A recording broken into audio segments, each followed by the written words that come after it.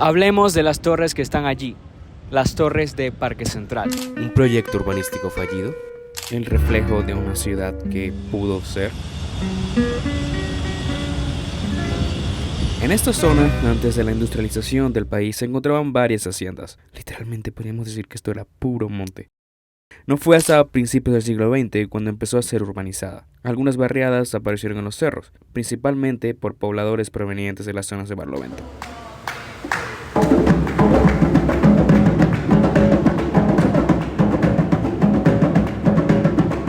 Quizás, debido a esto, se puede explicar por qué en Caracas también se vive mucho la cultura del tambor.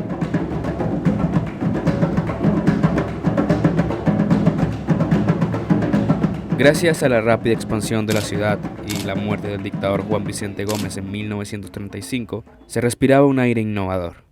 Uno de los tantos proyectos para la remodelación del municipio fue el inicio del Plan Monumental de Caracas, mejor conocido como Plan Rotibal, llamado así por su urbanista Maurice Rotibal.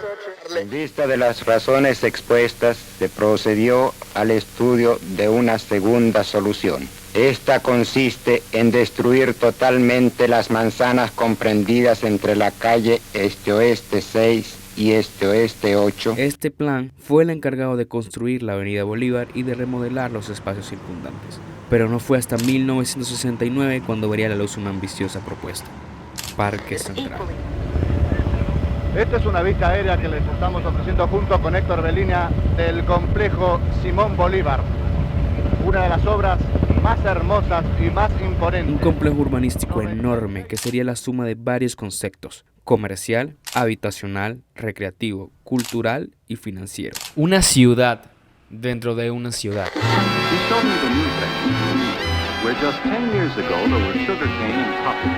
El proyecto estaba enfocado en que no tuvieras que salir muy lejos de tu casa para poder ir a comprar o hacer cualquier actividad en familia. La propuesta iba dirigida a adultos jóvenes que necesitaran su primera vivienda, con sus dos respectivas torres y sus 8 edificios residenciales donde se podrían albergar aproximadamente 10.500 familias. Querían crear un símbolo de una ciudad en crecimiento, moderna, democrática e inclusiva. Pero, ¿por qué eligieron esa arquitectura tan simple, rudimentaria y de alguna manera agresiva?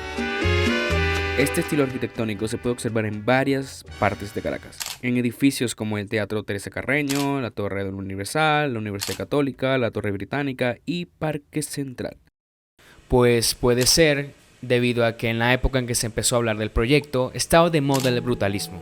Este era un estilo arquitectónico que usaba el concreto liso sin pintar, y es visible a la vista como si estuviera desnudo con formas geométricas bastante peculiares. En Venezuela siempre ha habido una producción muy alta de cemento, así como mano de obra preparada para manejar ese material. 96 pisos pretenden hacer acá, en esta pujante ciudad de Caracas. Debido a la gran cantidad de obras que se requerían hacer, puede que el brutalismo haya sido la mejor opción para una ciudad que vive en muy rápida expansión.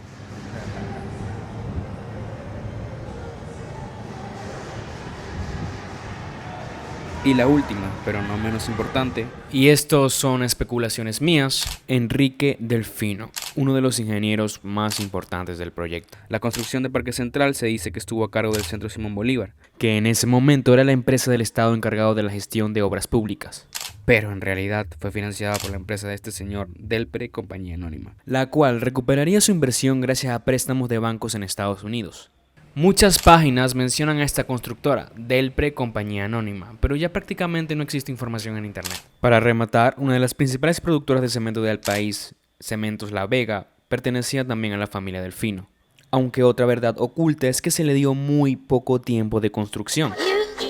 I've told you how modern much of Caracas is. Some of the residential areas are almost futuristic. Ya que tenía que estar terminado para antes de las elecciones de 1973, cosa que lograron pero solo los edificios residenciales. Algunas páginas mencionan que solo fue hecho para que pudiera apoyar al proyecto de reelección de Rafael Caldera. Y es que hay algo que poco se habla. Antes de que se construyera Parque Central, solo había un terreno baldío.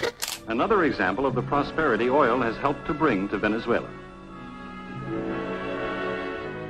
La gestión de Raúl Leoni se vio muy afectada políticamente por no saber decidir acerca de lo que iban a hacer con los terrenos circundantes a la avenida Bolívar.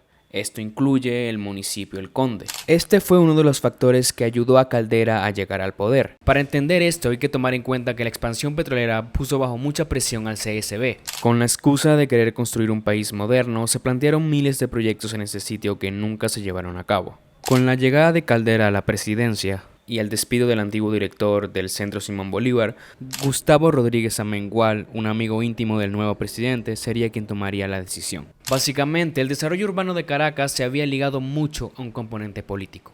Había que tomar una decisión pronto.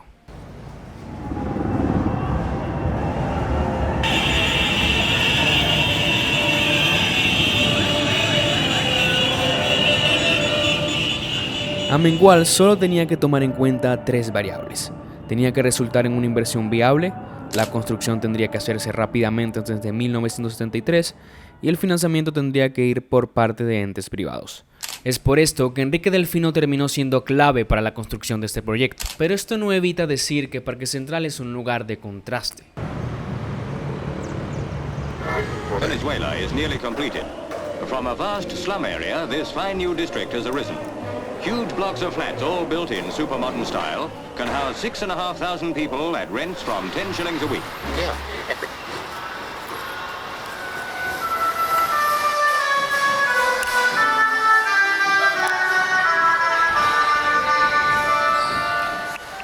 Un lugar con una arquitectura agresiva, pero bella en cierta forma. Podemos ver espacios que invitan a la reflexión, como jardines o parques. El arte es algo que está muy presente en todos lados y es que piensen, a la par que se estaba construyendo este lugar, también estaba en proceso el Teatro Teresa Carreño. Puede que hayan pensado todo como una clase de urbanismo gigante interconectado. Una vez que se está dentro de los edificios, se siente una vibra mística, a donde voltees hay algo interesante que notar. Pero a pesar de todos los beneficios que trajo el proyecto a la ciudad, Parque Central, desde su construcción, estuvo lleno de polémicas. El mantenimiento. Venezuela's president opens a new road which, like all the new projects, was built with the country's fabulous oil income. Al ser una estructura tan colosal donde hoy en día viven más de 10.000 personas, es muy difícil coordinar las reparaciones. Y esto era algo que se venía hablando desde antes de su construcción. Averías de agua, problemas con los ascensores, luz, los sótanos suelen inundarse con regularidad.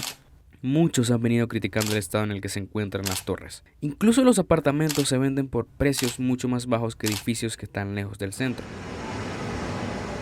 Es tanto así que esa aura mística se ha trasladado a cuentos y leyendas, como que existen túneles subterráneos debajo de la estructura y hasta hicieron una película de cómo es vivir allí. Tu Parque Central trata de esconderse, pero no puede, ¿verdad? Pero, volviendo a la pregunta, ¿Parque Central es realmente un símbolo de Caracas o un proyecto urbanístico fallido?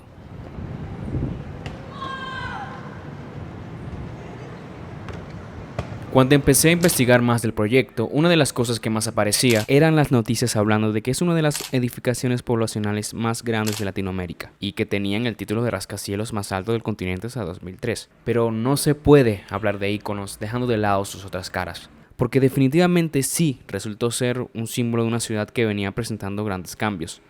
Las opiniones acerca de que la magnitud del proyecto se debió a razones políticas únicamente no se pueden obviar. Es una ciudad que día a día está progresando. Edificios de 40, 50 y 90 pisos. Una edificación que serviría de ejemplo al modernismo de aquella época, pero que también podría servir de tapadera para las zonas pobres que se estaban instalando en los cerros. Parque Central se erige como un triunfo para la arquitectura venezolana, pero falló como un sistema urbanista funcional que se mantuviera con el tiempo. Algunos alegan que es debido a que sigue dependiendo del Estado y de los consejos comunales. Quizás, si se hubiera mantenido el plan principal de privatización, mejoraría. Pero la verdad, nadie puede decir a ciencia cierta si esto es así. Actualmente es una estructura que se mantiene gracias a las personas que habitan en él.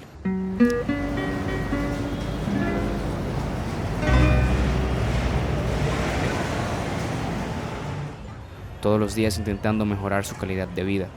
Porque definitivamente hay vida en esta estructura llena de concreto y pasillos vacíos de fantasmas que recuerdan a una época que ya no existe. Nos toca ahora cargar con estos fantasmas y rezar porque nuestros actos funcionen para las generaciones futuras.